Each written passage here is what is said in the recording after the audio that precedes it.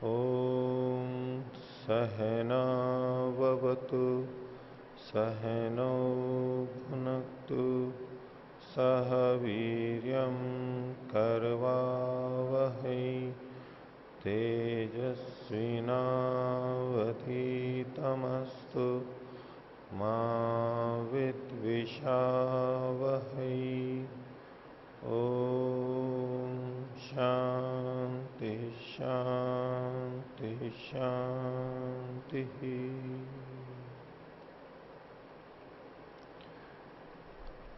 छांदोग्य उपनिषद की दूसरी कक्षा। कल हमने देखा था कि इन्होंने ओम को उद्गीत शब्द से कहा, उस उद्गीत की उपासना करनी चाहिए और ये उद्गीत सबसे श्रेष्ठ रस है, सबसे उच्च है और इसके लिए हमें ऋक् यानी स्तुति और स्तुति के साथ में साम, इन दोनों को लेना होता है। और जब दोनों चीजें हो जाती हैं तो वो कामनाओं को पूरा करने वाला होता है, परिपूर्णता को लाने वाला होता है।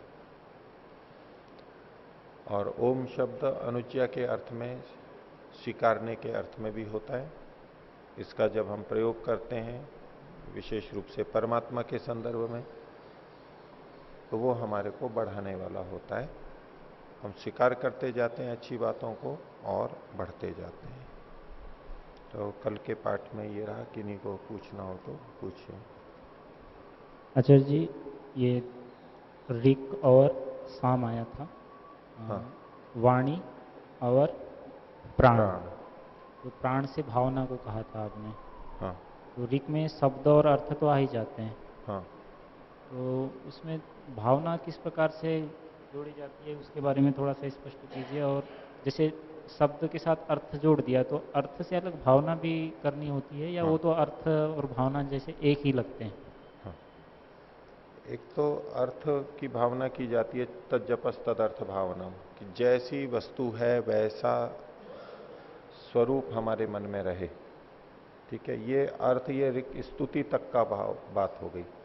यहां जो भावना है उसके साथ में हमारी अच्छी मानसिक स्थिति, जिसको हम श्रद्धा के रूप में कह देते हैं, आदर के रूप में कह देते हैं, उसको यहां पर प्राण के रूप में, भावना के रूप में कहा है।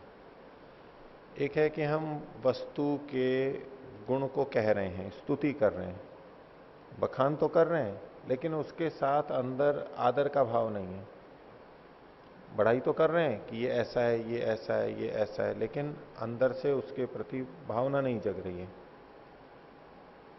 एक शाब्दिक स्तुति हो गई, गुणों का वर्णन, और उसके साथ साथ में जो उसका रस है, सार है, जो प्रभाव आना चाहिए, उसके प्रति नतमस्तक हो जाते हैं, उसके प्रति आदर का भाव जग जाता है, ये भावना के रूप में। शब्द और अर्थ की भावना यानी अर्थ को भी मन में रखना, ये तो सारा ऋक् के अंदर आ गया, स्तुति में हो गया। अब इसके साथ साथ जो दूसरी होनी चाहिए, जिसको महर्षि दयानंद इस रूप में कहते हैं कि स्तुति का क्या फल होता है, स्तुति से क्या होता है, प्रीति आती है साथ में।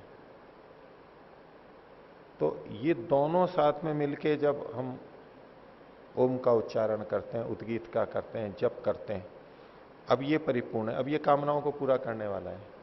हम यूं कहते रहे कि ईश्वर सर्वशक्तिमान है, आनंद स्वरूप है, न्यायकारी है, लेकिन प्रीति अंदर कुछ हो नहीं रही है उससे।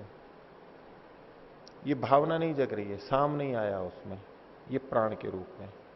इसको जगाने के लिए संगीत का प्रयोग करते हैं, उद्गीत का एक मोटा रूप संगीत हो गया शाम का, लेकिन इसका रस जो है, सार है, वो तो ये प्रीति वाला भाग है। बढ़ाई करते हुए, प्रशंसा करते हुए अंदर प्रीति का भाव जो जग जाता है, अब ये दोनों चीजें साथ साथ चलेंगी और कामनाओं को पूरा करेंगी, ये परिपूर्णता आएगी। तो भावना का मतलब इस तरह, श्रद्धा कह लें आप, आदर का भाव कह लें, उसके प्रति नमन का भाव, समर्पण का की स्थिति, ये जो साथ में बनती है, प्रीति बनती है, वो लेना चाहिए।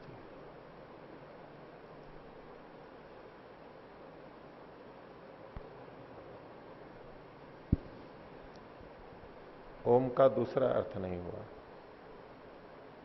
सुनने के बाद में स्वीकारना होता है कि ठीक है, कुछ कुछ कुछ तो उधर ठीक से है, ही अच्छा, होता है। हाँ, धन्यवाद। दीजिए। ओम आचार्य जी, यहाँ पर जो ओम यहाँ उद्गीत बताया यहाँ पर, तो यहाँ पर यदवाक और प्राण, ये एक जोड़ा हो गया। दूसरा जोड़ा बना यहाँ ऋचा और साम, ऋक साम। तो ये दोनों जोड़ों को इसका संबंध बिठाएंगे ओम के साथ में, या फिर अलग अलग? एक ही बात है एक दोनों। इन्होंने दोनों को एक ही ढंग से तो खोला है। दो जोड़े भले ही दिख रहे हैं हमारे को, वास्तव में तो एक ही है वो। क्योंकि जब इन्होंने कहना वागे वर्क, या ऋक क्या है, ऋचा क्या है, वाणी ही ऋचा है, एक दृष्टि से बराबर ही कह दिया। और दूसरा प्राण स्वाम, प्राण ही साम है, तो ऋक और साम ये एक जोड़ा कह लीजिए, और दूसरा वाणी और प्राण ये जोड़ा कह लीजिए। और इनमें कारण कार्य संबंध भी आप जोड़ सकते हैं, उस दृष्टि से अलग अलग भी कर सकते हैं, दो जोड़े उनको अलग कर सकते हैं तो। लेकिन ऋक रहेगी तो वाणी आ ही जाएगी, वाणी रहेगी जिस संदर्भ में तो वहां ऋचा आ ही जाएगी, प्राण रहेगा तो साम आ ही जाएगा, और साम रहा तो प्राण साथ में आ जाएगा। साम जब हम गान करते हैं तब क्या अंदर से कुछ भाव जगते हैं हमारे, तो वो गाने लगता है, व्यक्ति गुनगुनाने लगता है। तो कल हमने प्रथम प्रपाठक के प्रथम खंड के 8 प्रवाकों को देखा था। अब इसी में आगे उद्गीत की ही प्रशंसा की जा रही है, ओम की ही प्रशंसा की जा रही है, उसके महत्व को बताया जा रहा है। नवा देखिए, तेने अयम तेन इयम त्रय विद्या वर्तते। इसी से, इसी उद्गीत से त्रय विद्या भी विद्यमान है, युक्त है, चलती है। त्रय विद्या के अंदर ऋक यजु साम इन 3 को लिया जाता है। वेद 4 हैं, लेकिन उनके अंदर ऋक यजु और साम। तो जहां स्तुति होती है, विशेष अर्थ व्यवस्था से पाद व्यवस्था होती है, अर्थ के कारण से वो ऋक कहलाती है, और जहां गान होता है वो साम कहलाता है, और बाकी जो है उनको यजुष कहते हैं। इस तरह से वेद 4 होते हुए भी उनके अंशों को 3 भागों में बांटा गया है, वो त्रय विद्या कहते हैं। तो इन ये तीनों ही इससे युक्त है, तीनों ही जगह पे इसका प्रयोग किया जाता है। अर्थात वेद का कोई भी भाग हो, कोई भी विद्या हो, उसमें ओम हर जगह विद्यमान रहता है। कैसे? तो कह रहे हैं ओम इति आश्रावयति। तो सोम यागों में, बड़े याग होते हैं, सोम याग होते हैं, उनमें अलग अलग वेदों के जानने वाले ऋत्विक रहते हैं, और वो कुछ न कुछ बोलते हैं, अलग अलग उनका विधान होता है, जो बोलते हैं, प्रस्तुत करते हैं, मंत्रों का पाठ करते हैं, उसके संदर्भ में कह रहे हैं। तो ओम इति आश्रावयति, ओम आश्रावय, ये एक बोला जाता है, बार बार बोला जाता है कि सुनाओ, कुछ स्तुति करो। तो अध्वर्यु बोलता है इसको, जो कर्मकांड करने वाला होता है, क्रिया करने वाला होता है, यजुर्वेद वाला जो होता है, वो इसको बोलता है, इस वाक्य को बोलता है। और इसको सुन करके फिर जो ऋग्वेद का ज्ञाता होता वो मंत्र बोलता है, वो शंसन करता है, स्तुति करता है। तो ओम इति आश्रावयति, यहां भी ओम है, यानी यजुर्वेद में वहां भी ओम है। इति शंसति, ओम इति शंसति, अब होता शंसन करता है, मंत्र को बोलता है, यानी वो स्तुति के मंत्र होते हैं उनको बोलता है, वहां भी ओम पहले रहता है। और ओम इति उद्गायति, और उद्गाता जब सामवेद के मंत्रों से बोलता है, वहां भी ओम पहले रहता है। तो ऋक यजु साम तीनों के प्रतीक है यहाँ पर, यजु ऋक और साम, इस रूप में यहाँ पर कथन किया है क्रम से। तो ओम इति उद्गायति इति एतस्य एव अक्षरस्य अपचित्ययी, ये तीनों ओम को बोलते हैं, उद्गीत को बोलते हैं, किस लिए? एतस्य एव अक्षरस्य, इसी अक्षर की। कौन सा अक्षर? ओम इति एतत् अक्षरम, उद्गीत जिसको कहा, उसकी अपचिति के लिए, उसके सम्मान के लिए, उसकी पूजा के लिए, उसकी महिमा के लिए। कैसे? महिमना रसेना, ये जो सब कुछ चल रहा है उसी की महिमा से, उसी के रस से, उसी के द्वारा उत्पन्न अन्नों के रस से ये सारा का सारा हो पा रहा है। अपचिति शब्द सामान्य रूप से क्षय के लिए, नाश के लिए प्रयोग किया जाता है। अपचय, उपचय और अपचय। अंग्रेजी में अप बोलेंगे तो ऊपर का आएगा, अप और डाउन। अप जहां जहां होगा वो ऊपर की तरफ जाता है, लेकिन संस्कृत में अपचिति अप नीचे की तरफ के लिए होता है, नाश के लिए, क्षीणता के लिए प्रयोग किया जाता है। तो उपचय, उप ये बढ़ने के लिए होता है, और अपचय नीचे के लिए होता है, क्षीणता के लिए होता है। तो वैसे अपचिति, चिति मतलब चयन करना, बढ़ाना, और अपचिति मतलब उसका चयन नहीं होना। चयन के विपरीत क्या होता है? उसका बिखरना, नाश होना। ये विपरीत अर्थ में जाता है वैसे शब्द, लेकिन ये पूजा और सम्मान के लिए भी प्रयोग किया जाता है, बढ़ाई के लिए भी ये प्रयोग किया जाता है। यहां प्रशंसा के लिए, क्योंकि महिमना रसेन कहा गया है, उसकी महिमा के द्वारा, रस के द्वारा। रस जो होता है सार होता है, हम उसका आदर करते हैं, उसके प्रति हम विशेष भाव रखते हैं। तो इस कारण यहां अपचित्य का मतलब यहां पर सम्मान या पूजा के लिए है, नाश के लिए नहीं है, क्योंकि ऐसा प्रसंग ही नहीं है यहां पर। जब उसकी प्रशंसा कर रहे हैं सारी की सारी, ओम की, उद्गीत की, और ये तीनों त्रय विद्या वाले ऋत्विक लोग ओम का प्रयोग कर रहे हैं, तो ओम के अपचय नाश के लिए थोड़ा ना करेंगे। तो प्रसंग से भी शब्द ऐसा आते हुए भी यहां पूजार्थक ही लिया जाएगा, और पूजार्थक रूप में अपचिति शब्द प्रयोग भी होता है कहीं कहीं, ऐसा ही यहां पर भी किया है। तो अक्षर से अपचित्य महिमना रसेना। अब इसमें कुछ और बात बोलना चाह रहे हैं, ये कि ओम शब्द का प्रयोग तो बहुत लोग कर लेते हैं, सभी तरह के लोग कर लेते हैं, लेकिन उन ओम शब्द के प्रयोग में भी उनके अंतर होता है। बाहर से तो ओम शब्द बोलते हुए एक जैसे दिखेंगे, लेकिन अंतर होगा। वो कैसे है उसको समझाने के लिए कह रहे हैं, तेन उभौ कुरुतो। तेन मतलब उस ओंकार से, उस उद्गीत से, दोनों ही करते हैं। वो दोनों कौन है ये अभी यहां नहीं खोला है, उससे तो दोनों ही करते हैं, यानी इधर ऐसे भी और ऐसे भी दोनों करते हैं। कौन है वो दोनों? तो यश्च एतत् एवं वेद, जो इसको इस प्रकार से जानता है। यश्च न वेद, और जो नहीं जानता है। जो इसको रस मानता है, रसतर मानता, रसतम मानता है, श्रेष्ठतम मानता है, सबका सार मानता है, वो भी ऐसे ही प्रयोग करता है, और जो इसको सार नहीं मानता वो भी ऐसे ही प्रयोग करता है। शब्द का प्रयोग तो कोई भी कर सकता है, लेकिन अंदर वो उसको किस रूप में स्वीकार कर रहा है, ये जानने वाले न जानने वाले दोनों तरह से होते हैं। तो यश्च एतद एवं वेद, यश्च न वेद।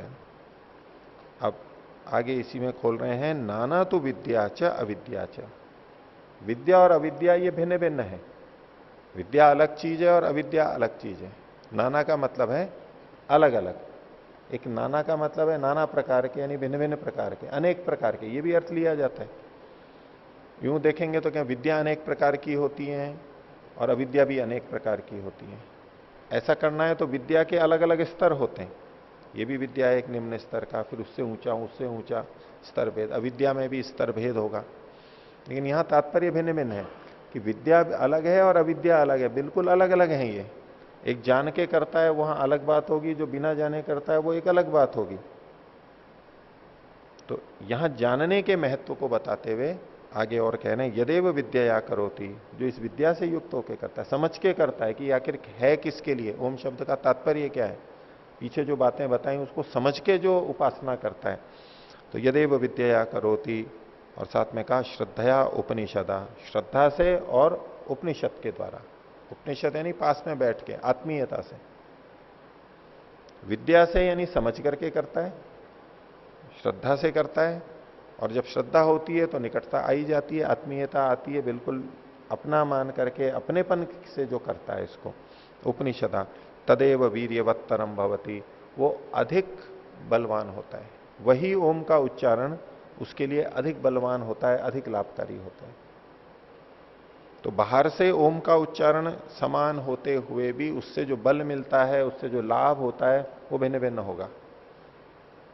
अविद्यापूर्वक किसी ने सुना है बस ओम का उच्चारण करना चाहिए, बाकी और कुछ नहीं पता है, तो उसको वैसा लाभ नहीं मिलेगा। और जिसने जितना समझा है ओम शब्द को, ओम के अर्थ को, और भावना साथ में है, श्रद्धा से, उपनिषद से कर रहा है, वो उतना उतना लाभ उससे उठा लेगा, उसके अंदर उतने उतने संस्कार पड़ेंगे। तो यदेव विद्या करोति श्रद्धया उपनिषदा तदेव वीर्यवत्तरम भवती इति खलु एतत् एतस्य एव अक्षरस्य उपव्याख्यानम भवति। तो ये जो कुछ कहा है अभी, इसी अक्षर का, ओम का ही उपव्याख्यान है, उसी का विस्तार किया गया, उसका वर्णन किया गया। यहां जो तीन बातें कहीं, विद्या, श्रद्धा और उपनिषद, योग दर्शन में भी एक प्रसंग में आता है अभ्यास कैसे करना चाहिए।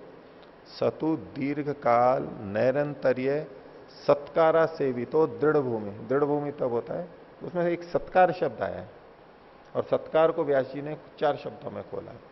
तपसा, ब्रह्मचर्येण, विद्या और श्रद्धया। तप से, ब्रह्मचर्य से, विद्या से और श्रद्धा से, ये 4 शब्द हैं वहां पर। विद्या और श्रद्धा यहां भी जुके तू हैं, और एक यहां पर उपनिषदा लिखा है निकट बैठ करके आत्मीयता के साथ में। और ये बात जो योग दर्शन में कही गई है, ये प्रश्नोपनिषद में भी आती है, पहले 1:10 के अंदर प्रश्नोपनिषद में। वहां ये चारों के चारों वही शब्द हैं, तपसा, ब्रह्मचर्येण, श्रद्धया, विद्या, प्रश्नोपनिषद में जो का तू आता है। तो जुड़ी हुई बात है, 2 शब्द तो मिल ही रहे हैं। एक इन्होंने यहां दूसरा एक और उपनिषद शब्द दिया, वहां पर तप और ब्रह्मचर्य को लिखा है, ये अंतर।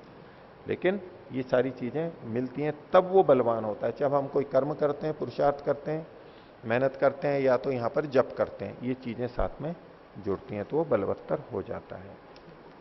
ठीक है, तो पहला प्रपाठक हमारा, पहले प्रपाठक का पहला खंड समाप्त हुआ।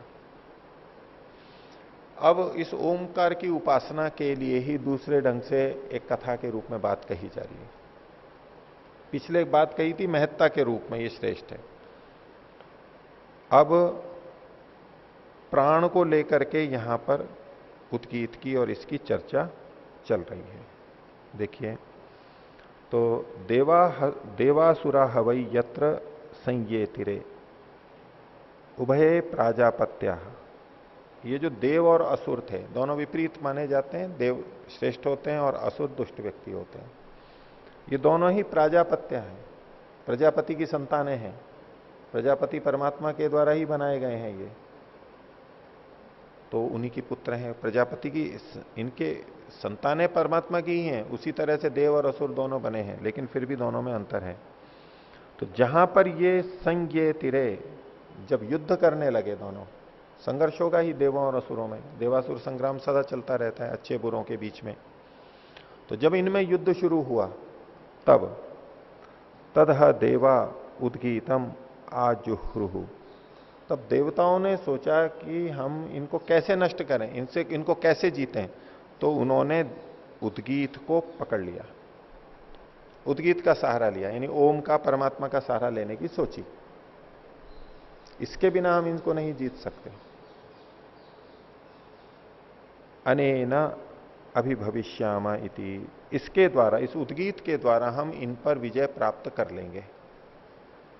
तो बाह्य साधन तो दोनों के जैसे भी रहे, देवताओं के, असुरों के, बल, अस्त्र शस्त्र आदि, लेकिन देवता ने सोचा कि हम उद्गीत को साथ में लेकर के चलेंगे और ऐसा करते हुए हम इन पर विजय प्राप्त करेंगे।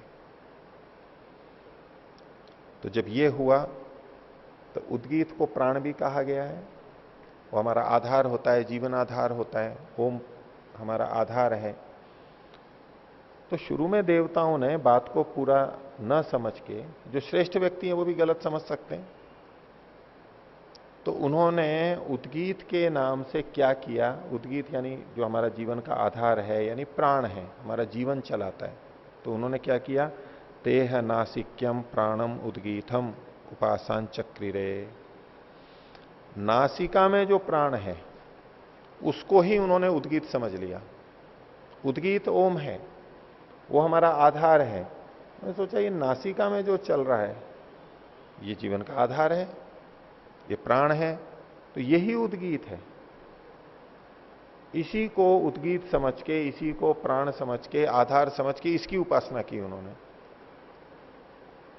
तो तो तेह नासिक्यम प्राणम उद्गीतम उपासन चक्री रे।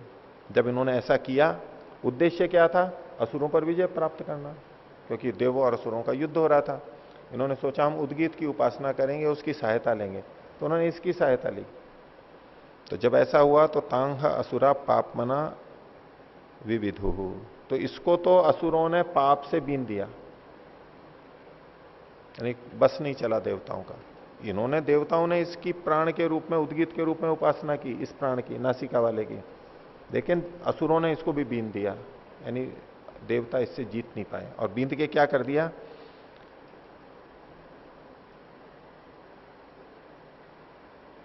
तस्मात तेन उभयम जिघ्रति। अब चूंकि असुरों ने भी इसको बीन दिया, इसलिए हम इससे दोनों तरह का सूंघते हैं। सुरभिम च दुर्गंधम च दुर्गंधिम च, हम इससे सुगंध भी सूंघते हैं और दुर्गंध भी सूंघते हैं, दोनों ही हो गए। जबकि होना तो ये चाहिए था हम इससे केवल सुगंध लेते, लेकिन दुर्गंध भी इसी में, यानी दोष भी इसमें साथ में आ गया। देवताओं ने इसको आधार बनाया तो ये दोष तो यहां पर भी आ गया, अर्थात ये आधार अब नहीं बनाया जा सकता। पाप मना ही ऐशा विद्या, ये भी पाप से बिंधा हुआ है। तो इतने मात्र से देवता अगर इस प्राण की उपासना करेंगे तो इससे असुरों पर विजय प्राप्त नहीं की जा सकती। असुर इसको बीन देंगे, असुरों का यहां पर बस चलेगा, क्योंकि देवता जिस साधन को अपनाएंगे अपनी उन्नति के लिए, उनको हानि पहुंचाने के लिए, तो असुर लोग उसको बीन देंगे, उसको विक्षिप्त कर देंगे, उसको चलने नहीं देंगे, उसको भी विकृत कर दिया उन्होंने। तो फिर देवताओं ने सोचा यहां तो बात नहीं बनी, तो चलो और देखते हैं। तो अथः वाचम उद्गीतम उपासन चक्री रे, फिर उन्होंने वाणी को उद्गीत के रूप में उपासना करनी शुरू कर दी। चलो यही शायद सार है और यही उद्गीत है, इसी से सब कुछ हो जाएगा, यही प्राण है, इसी से मेरा जीवन चलेगा, इसी की उपासना करते हैं। तो क्या हुआ? तांग असुरा पापमना विविधु, इसको भी असुरों ने पाप से बीन दिया, ये भी दोष युक्त कर दिया। तस्मात् तया उभयम बदती, इससे फिर दोनों ही बोलते हैं, सत्यम च अनृतम च, इससे तो झूठ भी बोल देते हैं और सच भी बोल देते हैं। तो पापमना ही ऐशा विद्या, ये वाणी भी पाप से बिंध गई। अर्थात हम अगर दोषों पर विजय प्राप्त करना चाहते हैं, असुरों पर विजय प्राप्त करना चाहते हैं और उद्गीत की उपासना करना चाह रहे हैं, तो इस प्राण को और वाणी को, इनको लेकर के हम आगे नहीं बढ़ सकते, इसमें तो दोष आ जाएंगे। इंद्रियों के प्रतीक हैं ये, कि हम इंद्रियों को ही सब कुछ मान करके चलें, इसी से हम तर जाएंगे, इसी से हमारे को सब कुछ पूर्ति हो जाएगी, तो इसमें तो दोष आ जाएंगे। पापमना ही ऐशा विद्या। तो देवताओं ने सोचा चलो और करते हैं प्रयास। उन्होंने देखा कि जीवन हमारा आंखों से चलता है, ये महत्वपूर्ण है, रस है। तो उन्होंने क्या? अथः चक्षुर उद्गीतम उपासन चक्री रे, उन्होंने नेत्रों को उद्गीत के रूप में उपासना करना शुरू कर दिया। कि उद्गीत कौन है? ये नेत्र ही उद्गीत है, यही ओम है, यही सार है, यही सबसे मुख्य है। अब नेत्रों पर ही वो हो गए। तो भी क्या हुआ? तद्ध असुरा पापमना विविधु, असुरों ने इसको भी पाप से युक्त कर दिया। तस्मात् तेन उभयम पश्यति दर्शनीयम च अदर्शनीयम च, इससे आंखों से भी दोनों चीजें देखते हैं, दर्शनीय भी और अदर्शनीय भी, उचित अनुचित दोनों ही देखते हैं। तो इसकी उपासना भी अगर करेंगे उद्गीत के रूप में, तो भी चरम को नहीं प्राप्त कर सकते, श्रेष्ठता को नहीं प्राप्त कर सकते। पापमना ही एतद विद्धम, इससे भी दोष हो सकता है। इनको उद्गीत मान करके, इन्हीं को मुख्य साधन मान करके हम चलें तो बात नहीं बनेगी। तो उन्होंने और आगे प्रयास किया।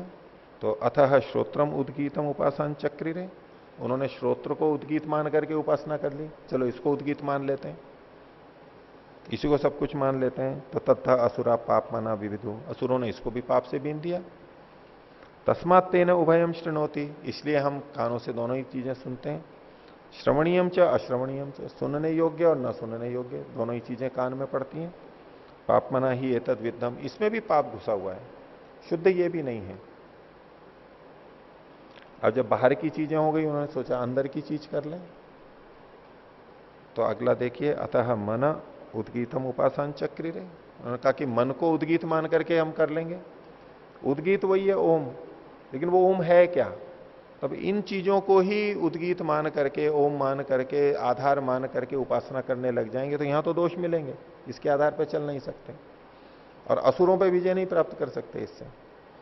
तो मन में भी ऐसा ही हुआ, तो तथा असुरा पाप मना विविधो, असुरों ने इसको मन को भी पाप से बीन दिया।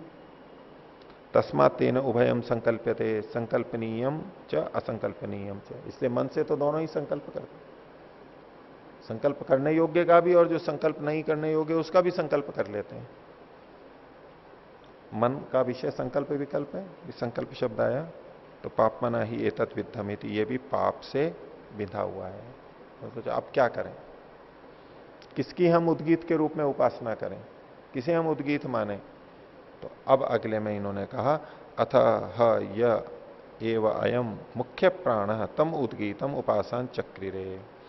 फिर इन्होंने जो मुख्य प्राण था उसकी उद्गीत के रूप में उपासना की। अभी तक ये जो इंद्रियां थी, मन था, ये गौण प्राण है, इनसे भी जीवन चलता है हमारा, ये भी प्राण है लेकिन गौण प्राण है। इंद्रियों को भी प्राण शब्द से कहा जाता है। तब इन्होंने मुख्य प्राण की उपासना की, मुख्य प्राण को उद्गीत मान करके उपासना की। न मुख्य प्राण का यहां तात्पर्य परमात्मा लेना चाहिए। कुछ लोग यहां मुख्य प्राण वो लेते हैं जो कि प्राण अपान उदान व्यान में जो प्राण है पूरे शरीर में व्यापी है, उसको भी लेते हैं। कुछ लोग यहां आत्मा शब्द भी लेते हैं और परमात्मा, परमात्मा परक अर्थ यहां मुख्य है, क्योंकि उद्गीत यानी ओम, ओम मतलब तो परमात्मा ब्रह्म, इसलिए मुख्य प्राण का मतलब यहां परमात्मा लेना चाहिए, ज्यादा संगत है। तो अब उन्होंने मुख्य प्राण की यानी ईश्वर को उद्गीत मान करके उसकी उपासना की। तो अब क्या हुआ, असुर तो यहां भी प्रयास करेंगे। तो कहा तम असुरा रित्वा विध्वंसु, तो असुर उसको प्राप्त हो करके जब वो उसकी तरफ बढ़े तो अब उसको पाप से नहीं बींध पाए, वो खुद ही नष्ट हो गए, ध्वस्त हो गए। वो बाकी पीछे जितना था वहां वो पहुंच गए और उसको उन्होंने दूषित कर दिया, लेकिन इसको दूषित भी नहीं कर पाए और बल्कि खुद नष्ट हो गए। तो तामह असुरा रित्वा विध्वंसु, कैसे नष्ट हो गए उसके लिए उदाहरण दिया, यथा अश्मानम आखणम रित्वा विध्वंसेत, जैसे आखणम अश्मानम रित्वा, न खोदे जाने योग्य पत्थर को प्राप्त करके कोई चीज नष्ट हो जाती है। ऐसा पत्थर जिसको कि खोदा नहीं जा सकता, बहुत कठोर, जिसको खोदा नहीं जा सकता वो अखणा, और अखणा एवं आखणा, अखण को भी आखण शब्द से यहां पर प्रयोग किया जाता है, ऐसे भी भाषा के प्रयोग होते हैं। तो ऐसा पत्थर जो कि कुदाल आदि से तोड़ा नहीं जा सकता है, बहुत कठोर है, अब उसको कोई मिट्टी का ढेला पहुंचे उस पर, तो पत्थर का तो कुछ नहीं होगा, वो मिट्टी का ढेला ही चूर चूर होकर खंडित होकर टूट जाएगा, गिर जाएगा। तो जब देवताओं ने उद्गीत के रूप में मुख्य प्राण की उपासना की, परमात्मा की उपासना की, अब असुर जब उससे टकराए तो वो असुर ही नष्ट हो गए और इसको दूषित नहीं कर पाए। जैसे और जगह दूषित कर दिया था, यहां दूषित नहीं कर पाए। तो जब हम परमात्मा के रूप में किसी और चीज की उपासना करने लगते हैं, उसको अपने जीवन का आधार मानने लगते हैं, तो वहां सब जगह दोषों की संभावना है। अन्य चीजें भी मुख्य हैं, उपयोगी हैं, लेकिन उनके साथ दोष हो सकते हैं, उनमें विकार आ सकते हैं। इसलिए ओम के नाम से जब उपासना की जाती है, उद्गीत की जब उपासना की जाती है, तो परमात्मा का ही ग्रहण वहां पर करना चाहिए, नहीं तो वो दोषप्रद होगा। उसी को अपना मुख्य आधार, मुख्य प्राण समझना चाहिए। और इसी की महत्ता बताते हुए कह रहे हैं, एवं यथा अश्मानम आखाणम आखणम रित्वा विध्वंसते। पीछे जो उदाहरण दिया था उसी उदाहरण को पुनः देते हुए एक चीज और कह रहे हैं कि इस प्रकार जैसे न टूटने योग्य, न खोदे जाने योग्य पत्थर को प्राप्त होकर के नष्ट हो जाता है कोई मिट्टी का ढेला आदि, एवं हैव स विध्वंसते या एवं विधि पापम कामयते, उसी प्रकार वह भी व्यक्ति नष्ट हो जाता है। एवं हवई स विध्वंसते, वो व्यक्ति नष्ट हो जाता है, कौन, या एवं विधि, जो इस प्रकार से जानने वाले के प्रति पापम कामयते, दुर्भावना करता है, उसकी हानि की सोचता है। एवं विधि का मतलब है जो ब्रह्म की उपासना कर रहा है, पीछे जो बताया उद्गीत की उपासना कर रहा है, ब्रह्म की उपासना कर रहा है, ऐसे व्यक्ति के प्रति यदि कोई दुर्भावना करेगा तो वो खुद ही नष्ट हो जाएगा, उसका कुछ नहीं बिगड़ने वाला है। तो उसको दोष नहीं आ सकते, जैसे पीछे कहा असुर लोग उसको दूषित नहीं कर सकते, असुर ही नष्ट हो जाएंगे, और जो दुष्ट व्यक्ति हैं अगर उसकी हानि करना चाहेंगे तो उन्हीं की हानि हो जाएगी, इसकी कुछ हानि नहीं होगी। अर्थात परमात्मा की उपासना करना ये एक बहुत सुरक्षित चीज है, उसमें हमारी कुछ हानि नहीं होने वाली है, और हम ऐसी सुरक्षा में चले जाते हैं। और परमात्मा तो रक्षक है, ओम का मतलब ही रक्षक होता है, सर्वरक्षक होता है, सबकी रक्षा करता है, सब समय में रक्षा करता है, सज्जनों की सदा रक्षा करता है। तो दुष्ट व्यक्ति उसका विपरीत कुछ करेंगे तो वो खुद ही नष्ट हो जाएंगे, उनकी खुद ही हानि हो जाएगी। इस उद्गीत की उपासना मुख्य प्राण के रूप में करने से परमात्मा का जो लाभ है, प्रशंसा की जा रही है। तो जैसे न खोदे जाने वाले पत्थर को प्राप्त होकर के ढेला नष्ट हो जाता है, ऐसे ही जो इस प्रकार जानने वाले के लिए गलत कामना करता है वो भी नष्ट हो जाता है। और यश्च एनम अभिदासति, जो ऐसे व्यक्ति को जो उद्गीत की उपासना करता है उसको अभिदासति यानी उसको दबाना चाहता है, उसकी हानि करना चाहता है, उसको नियंत्रण में करना चाहता है, वो भी इसी प्रकार से नष्ट हो जाते हैं। दो बातें हो गई, यह एवं विधि पापम कामयते, जो ऐसे व्यक्ति के प्रति दुर्भावना करता है, उसकी हानि चाहता है तो उसी की हानि हो जाती है, और जो ऐसे व्यक्ति को दबाना चाहता है तो वो भी ऐसे ही नष्ट हो जाता है। दो तरह से बातें हुई। क्यों होता है? तो स एशो अश्माखणा, वह यह है, ये जो ऐसे उद्गीत की उपासना करता है यानी ब्रह्म को ही मान करके चलता है, उसी को अपना सर्वाधार मानता है, वो कैसा हो जाता है? वो खुद ही अश्माखणा, वो यहां पर जोड़ लेंगे, न टूटने योग्य पत्थर के समान हो जाता है। वो नाश न हो सके ऐसी स्थिति में पहुंच जाता है, हानि न हो ऐसी स्थिति में पहुंच जाता है। उसकी कोई हानि नहीं होगी, दूसरों की हानि हो जाएगी, कुछ ना कुछ हानि हो जाएगी उनकी, जैसा जैसा उनका है। ये इसकी प्रशंसा की गई। तो जो ब्रह्मनिष्ठ व्यक्ति होते हैं उनके प्रति हमारा व्यवहार ठीक ही होना चाहिए, और हमें उपासना भी ब्रह्म की ही करनी चाहिए, ये इसका तात्पर्य। और जब मुख्य प्राण की उपासना करता है व्यक्ति तो क्या होता है? तो उसी को खोल रहे हैं, नैव एतेन सुरभि च दुर्गंधि विजानाति। और जब ऐसी स्थिति में हो जाता है मुख्य प्राण से, तो वो सुरभि और दुर्गंधि को जानता नहीं है, अर्थात वो इन सबसे ऊपर उठ जाता है, ऐसी स्थिति में पहुंच जाता है कि वो तटस्थ हो जाता है, सुरभि और दुर्गंधि।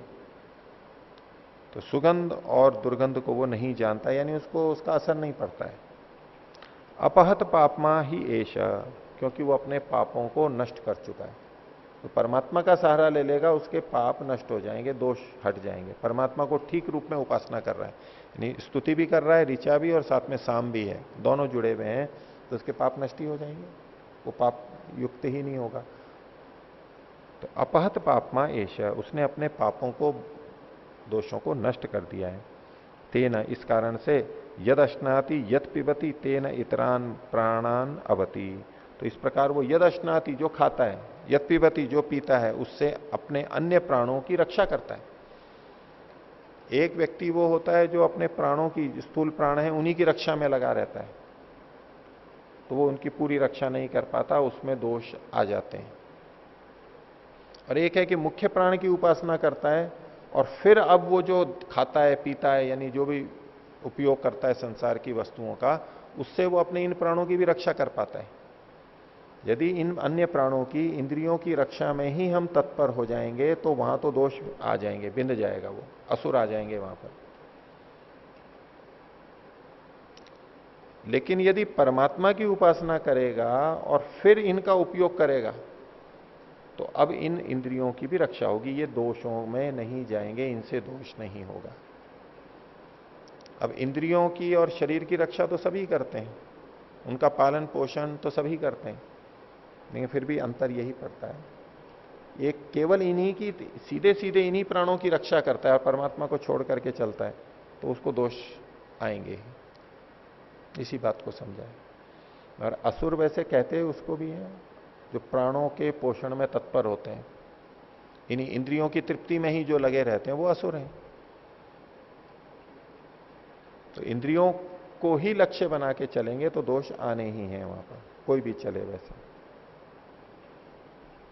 तो तेन यद अश्नाति यद पिबती तेन इतरान प्राणन अवति। क्योंकि व्यक्ति के मन में यह शंका हो सकती है कि मैं परमात्मा को ही मुख्य प्राण मान के उसी की उपासना करूंगा तो बाकी इंद्रियों का क्या होगा, बाकी का क्या होगा, इसकी तो मैं उपासना नहीं कर रहा हूं। बोले परमात्मा की उपासना करेंगे, उसको प्राण मानेंगे तो उसकी सारी बातों का आचरण करेंगे तो बाकी इंद्रियां बाकी प्राण तो अपने आप ही हो जाएंगे। तो इसी तरह का आचरण होगा कि वो पुष्ट होते चले जाएंगे, उनकी हानि नहीं होगी।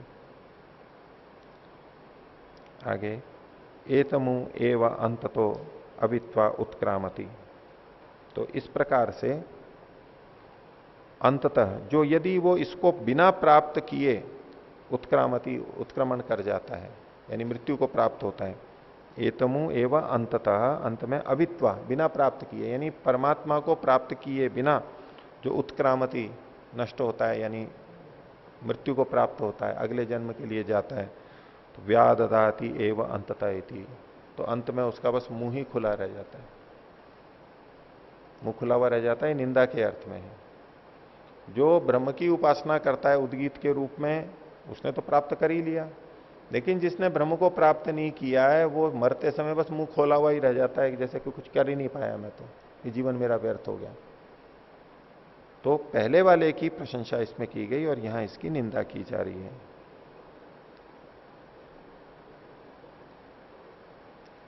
अब और कुछ ऋषियों ने उद्गीत की उपासना की, ब्रह्म के रूप में उपासना की, उसके बारे में कुछ आगे बताएंगे। अभी जो चर्चा हुई इसमें किन्हीं को कुछ पूछना है, बोलिए।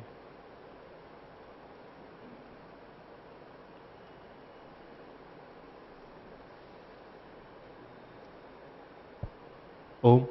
आचार्य जी, ये परवाक 7 में ये मुख्य का अर्थ मुख में होने वाला बोल रखा है। हाँ, और आपने मुख्य प्राण बोला, इसमें मुख्य शब्द जो है ना, जो मुख हमारा जो होता है, चेहरा जो होता है वो शरीर में एक आगे का भाग होता है, एक प्रमुख चीज होती है। यहाँ इंद्रियां भी हैं, पहचानते भी हम यहीं से हैं, और ये एक बहुत महत्वपूर्ण भाग है। तो मुख से मुख्य बनता है, जो ये भी भाग हमारा प्रधान होता है, तो जो प्रधान होता है उसको मुख्य कह देते हैं। ये तो शाब्दिक अर्थ है, मुख में होने वाला या सर्व शरीर व्यापी प्रधान। यहां जो इन्होंने किया है ये तो जो मुख में होता है और पूरे शरीर में है, ये तो अलग प्राण की बात कर रहे हैं। लेकिन यहां मुख्य प्राण का मतलब ईश्वर लेना चाहिए, जो सबसे प्रधान है। उस प्राण की जब हम उपासना करते हैं, ओम को बोलते हुए जब हम उसकी उपासना करते हैं, उसी की उपासना करते हैं, तब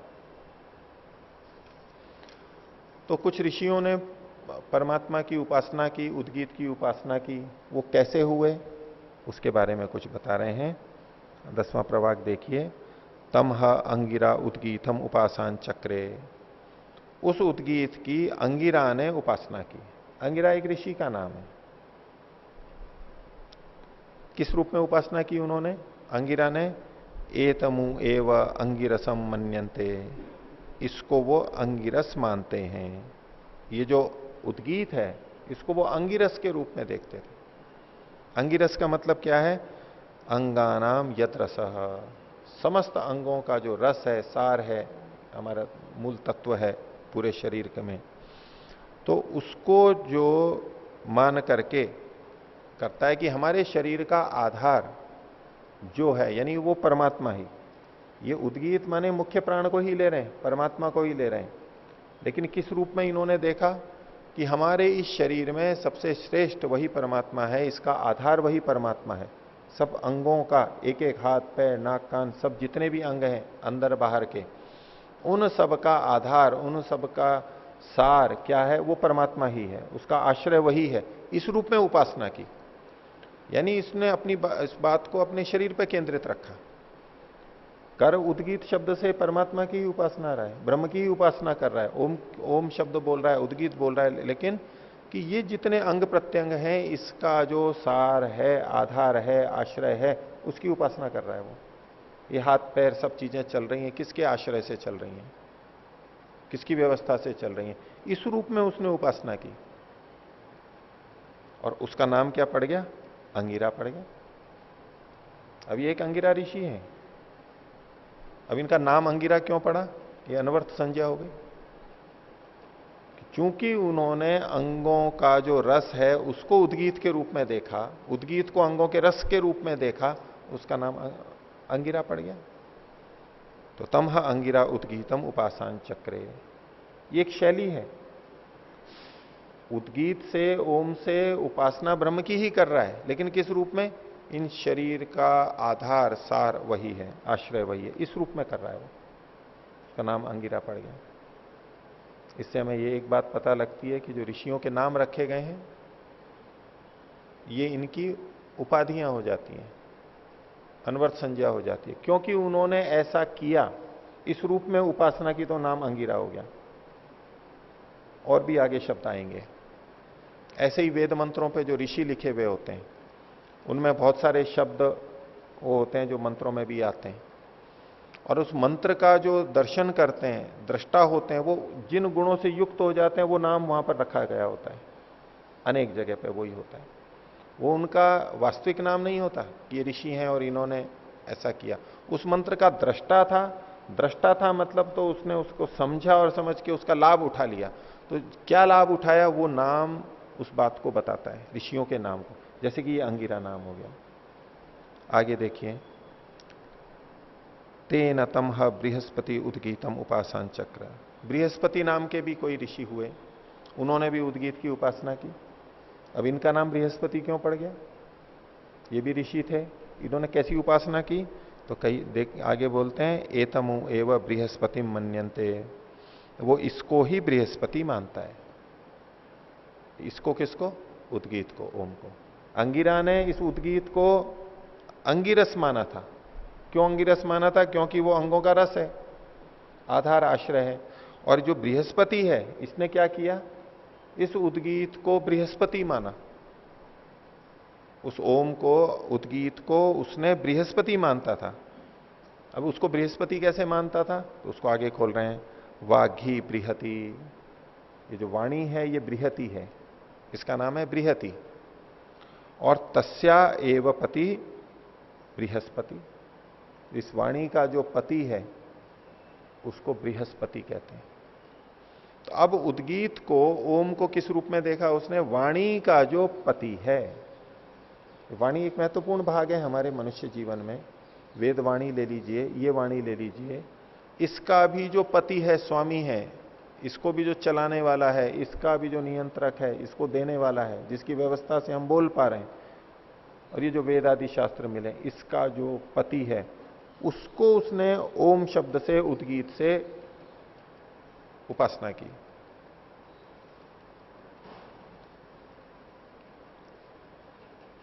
उसी ब्रह्म की, उसी परमात्मा की उपासना कर रहे हैं। अंगिरा ने भी वही की, बृहस्पति ने भी वही की, लेकिन रूप अलग अलग था,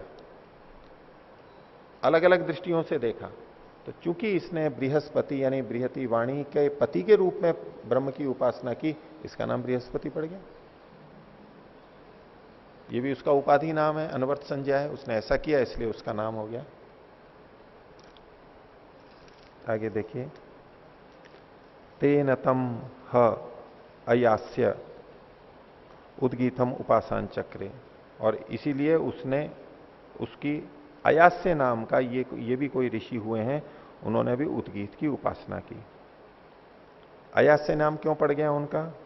तो प्रक्रिया बता रहे हैं उनकी उपासना की। एतमु एव अयास्यम मन्यन्ते, कि इसको ही, इसको यानी उस उद्गीत को ही, मुख्य प्राण को ही अयास्यम, अयास्य वो मानते थे, समझते थे। अयास्य मतलब मुख में जो गति करता है, मुख में से जो नीचे जाता है, उसमें सारा अन्न आ गया, जो भी हम खाते हैं, पीते हैं, उन सब चीजों को। तो उसने क्या देखा, ये जो ऋषि थे, इन्होंने कैसे परमात्मा की उपासना कर ली कि ये जो कुछ भी हम मुख से खाते हैं ये सब परमात्मा का ही दिया हुआ है, उसके बिना ये जीवन नहीं चल रहा है। एक तरफ हम ये भी देख सकते हैं कि इस अन्न से हमारा जीवन चल रहा है, फल से, दुग्ध से, जो भी चीजें हम खाते हैं, अब अभी दृष्टि उसी पे ही है, उस खाद्य पदार्थ पे। लेकिन अब इसी में उसने ब्रह्म की उपासना कैसे कर ली, उद्गीत की उपासना कैसे कर ली कि ये जो खा रहा है बोले इसके पीछे वो ब्रह्म है, ये व्यवस्था ब्रह्म से है, ये चीजें ब्रह्म के द्वारा बनाई जा रही हैं और बस यही उपासना करती है। उपासना ब्रह्म की उद्गीत की ही चल रही है, लेकिन केंद्रित अपने को इसमें रहे। जो भी खाएगा ये ब्रह्म ने ही मेरे को दिया है, ब्रह्म की व्यवस्था से। अब ऐसा करते करते उसने ब्रह्म की उपासना की, उसका नाम अयास्य पड़ गया।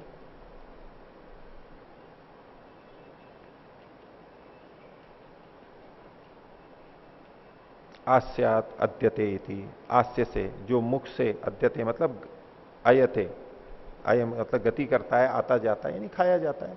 जो भी कुछ मुंह से हो रहा है, आप इसमें श्वास भी ले सकते हैं, तो खाने पीने की चीजें तो हम ले ही सकते हैं। ये तीसरे ऋषि का नाम भी ऐसे ही पड़ा है, क्योंकि उसने उद्गीत की ऐसे ही उपासना की।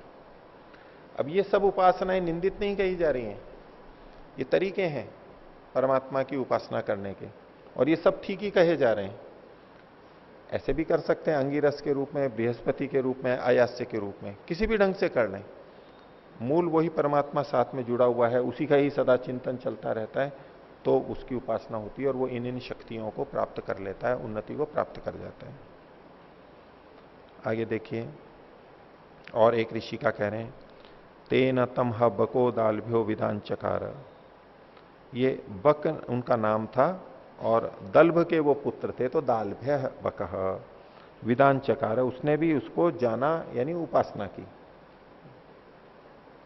और जब उसने इसकी उपासना की तो क्या हुआ, सह नैमिषीयाणाम उद्गाता बभूव। तो नैमिषीय जो कुछ व्यक्ति थे, निमिषारण्य के निवासी, उनका नाम रहा होगा, तो उनका वो उद्गाता हो गया। सोम यागों में जो 4 वेद वाले होते हैं, उसमें जो सामवेदी होते हैं, सामवेद का उच्चारण करते हैं, उसमें एक 4 होते हैं, तो उसमें से एक ये उसका उनका उद्गाता बन गया। वो यज्ञ को कराने वाला उद्गाता जो होता है वो सामगान करता है वहां पर। तो उद्गाता बभूव सह स्म एभ्य कामान आगायति, और वो इनके लिए, ये जो निमिषारण्य वाले थे जिन्होंने उसको उद्गाता बनाया था, उनके लिए उनकी कामनाओं का गायन करता था, बोलता था। जो उनकी कामना थी, जो यज्ञ करवाने वाले थे, उनकी कामनाओं को वो बोलता था।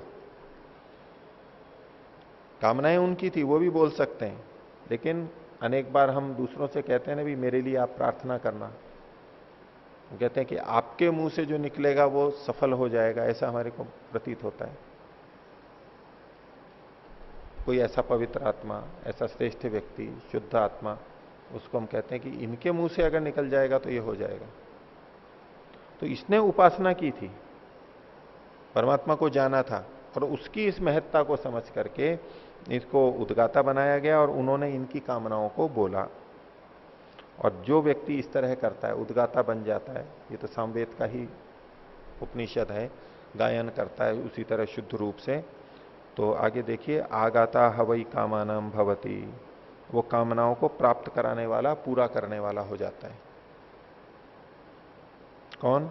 यह एतद एवं विद्वान अक्षरम उद्गीतम उपासते इति अध्यात्मम, जो इस प्रकार से, जो व्यक्ति, यह एतद एवं विद्वान, जो इस प्रकार से जानने वाला, अक्षरम, इस अक्षर को, ओम अक्षर को, उद्गीतम उपासते, उद्गीत के रूप में उपासना करता है, इति अध्यात्मम। ये जो उद्गीत की, ओम की हमारी व्याख्या की, ये आत्मा से संबंधित ये व्याख्या, आंतरिक व्याख्या अभी तक की गई है। ये उपासना का एक स्वरूप कहा गया। तो जैसा कि योग दर्शन में भी आता है, सत्य प्रतिष्ठायाम क्रिया फलाश्रयत्व, तो सत्य का प्रयोग करता है, तो जैसा वो बोलता है वैसा होने लगता है। ऐसा हम चमत्कार के रूप में भी सोचते हैं, हम चाहते हैं कि उसके मुख से कुछ निकले, लेकिन ये हर किसी के लिए नहीं है। और वो बोलने वाला गलत भी नहीं बोलेगा, वो उचित ही बोलेगा। यूं किसी का कुछ भी गलत कार्य हो और वो बोलते हैं, ऐसा ऐसा व्यक्ति करेगा ही नहीं। लेकिन इस तरह का संकेत यहां से भी मिल रहा है और योग दर्शन से भी मिल रहा है। तो इनकी वाणी के अंदर, इनकी कामना के अंदर, वो जिसके लिए प्रार्थना करते हैं वो पूरी होने लगती है, उस तरह की कामनाएं पूरी होने लगती है। कारण कि वो ऐसी शुद्ध आत्मा होती है, उनके इतने पुण्य होते हैं, तो वो जिसके लिए भावना करते हैं वैसा हो सकता है। इसको एक अंश में हमें समझना चाहिए कि एक तरफ हमारे मन में आएगा कि यूं तो किसी का कुछ भी हो और कोई भी बोल दे फल उसको मिल जाएगा। एक साधना तो इसने की थी, दालभे ने, बक ने। अब वो कुछ भी बोलेगा और दूसरों को कुछ हो जाएगा तो दूसरों का पुण्य नहीं है तो कैसे हो जाएगा? हमें जो मिले वो हमारे कर्मों के अनुसार मिलेगा परमात्मा की तरफ से। तो एक ने बोला और दूसरे को मिल जाए, ऐसा कैसे हो सकता है? एक बाधा आती है ना हमारे को, कर्मफल की दृष्टि से, कर्माशय की दृष्टि से। तो यूं तो वो हमारे को ठीक नहीं लगती है। पुण्य उसका है, उसके बोलने से दूसरे को मिल रहा है, तो कैसे ऐसे संभव है? तो जिस प्रकार से हम कुछ धन कमाते हैं, अपनी मेहनत का कमाते हैं, वो हम दूसरे को दे देते हैं, दे सकते हैं ना? दूसरे को दे सकते हैं। हमने स्वास्थ्य ठीक रखा, बलवान है, हम दूसरे की सेवा कर सकते हैं ना? ऐसे दूसरे को कमाया हमने है, अर्जित हमने किया है, लेकिन उसका उपयोग हम दूसरों के लिए कर सकते हैं। अगर हमारी किसी दूसरे के प्रति इच्छा करती है, धन की, सेवा की, ज्ञान की, किसी भी ढंग से रक्षा की, तो हम वैसा कर लेते हैं, ये परोपकार के रूप में। लेकिन वैसी हमारी कामना होनी चाहिए, तब हम करते हैं ऐसा। हम उसको ठीक समझते हैं, उसको हम अपना समझते हैं, तो उसके प्रति हम ऐसा कर देते हैं। नहीं तो नहीं करेंगे, हर किसी के लिए नहीं करेंगे। तो इसी प्रकार से जैसे हमारा कुछ कर्माशय है, विशेष कर्माशय है किसी का, ऐसा कोई व्यक्ति है, और उसके मन में अगर किसी के प्रति भावना आती है और वो वैसी भावना करता है, तो अपने कर्माशय का इस रूप में उपयोग कर सकता है दूसरे के लिए। दूसरे का अपना कर्माशय जो चलेगा वो बनेगा, लेकिन इसके मन में उसके प्रति कोई भावना जग रही है। जब हम किसी को धन देते हैं, सहयोग करते हैं, तो कुछ भावना जगती है, तभी तो देते हैं, कोई कारण होता है। और हम देखते हैं कि भाई इसको धन नहीं दिया, वो दुखी होगा, तो उसके दुख से हम दुखी हो जाते हैं। दूसरे को का दुख जब हमसे नहीं देखा जाता, जो अपने व्यक्ति होते हैं, जिनको हम आत्मीय समझते हैं, उनका दुख हमसे नहीं देखा जाता है, तो हम उनके लिए कुछ सहयोग करते हैं। और उस सहयोग को करते हुए एक तरह से हम अपना ही सहयोग कर रहे होते हैं, क्योंकि हमें वो स्थिति नहीं देखी जा रही है। देश की कोई स्थिति है, उसको व्यक्ति को सहन नहीं हो रही है, उसके लिए वो अपना बलिदान ही कर देता है। वैसे तो दूसरों के लिए कर रहा है एक दृष्टि से, दूसरी दृष्टि से वो कर सकता है, उसके साधन है, अपना जीवन लगा सकता है। क्योंकि अगर वो ऐसा नहीं करता है तो वो खुद भी दुखी होता है, क्योंकि उसका व्यक्ति, उससे प्रिय जो भी है, देश, राष्ट्र, भाषा, जो भी कुछ है, उनका कुछ अच्छा नहीं होता है तो उसको बाधा होती है। तो जैसे हम अपने घर को अच्छा करने के लिए, रोग हटाने के लिए कुछ खर्च करते हैं और उससे हमको अनुकूलता होती है, ऐसे ही जो हमारे आसपास के व्यक्ति होते हैं, आत्मीय होते हैं, उनकी बाधा से हमारे को कष्ट हो रहा है तो हम उसको हटाने के लिए प्रयत्न कर सकते हैं। ऐसे ही इसमें भी कर लेते हैं। तो इस तरह के व्यक्ति, ये जो उद्गाता इन्होंने कहा, जो ईश्वर की उद्गीत की उपासना करते हैं, तो उनको उद्गाता बनाया ही इसलिए था कि ये जो बोलेंगे तो हमारी कामना पूरी हो सकेगी। अगर ये अनुकूल हो गए हमारे, और इन्होंने हमारे प्रति आत्मीय भाव रख के कुछ कहा, तो हमारी कामना पूर्ति हो जाएगी। इसलिए इन्होंने कहा आगाता वही हवई कामानाम भवती। जो ऐसा होता है वो कामनाओं को पूरा करने वाला हो जाता है दूसरों की। यह एतदेवं विद्वान अक्षरम उद्गीतम उपासते। तो जो जितनी भी तरह से यहां पर इन्होंने कहा, चाहे अंगिरा ऋषि थे, चाहे बृहस्पति थे, या अयास्य थे, और या ये बक नाम के थे, ये चार का बताया। इसमें अनवर्त संज्ञा नहीं है, पिछले तीनों के अंदर उस तरह की मुख्यता है। तो जो इस प्रकार से जान करके उद्गीत की उपासना करता है,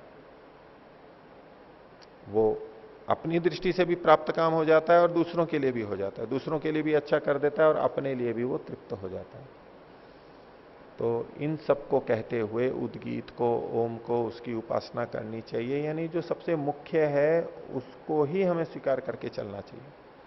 बाकी चीजें भले ही हमें प्राण लगें, मुख्य लगें, जीवन का आधार लगें, ये प्रतीत हो कि इनके बिना तो काम नहीं चल सकता है, लेकिन फिर भी मुख्य उसी परमात्मा को मान के चलना चाहिए। तीनों वेद त्रय विद्या में वहां पर वही ओम है, उसी परमात्मा के लिए सारी की सारी बात चल रही है। तो ये इस तरह का अभिप्राय है। ये दूसरा खंड हमारा समाप्त हुआ। किन्हीं को कुछ पूछना है?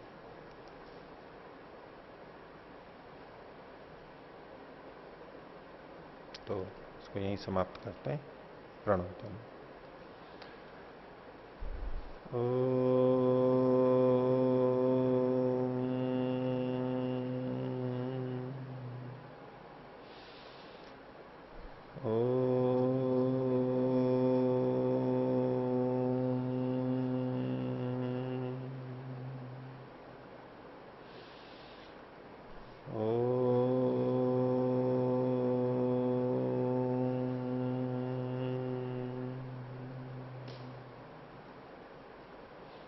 सभी को सादर अभिवादन। ओम शांति।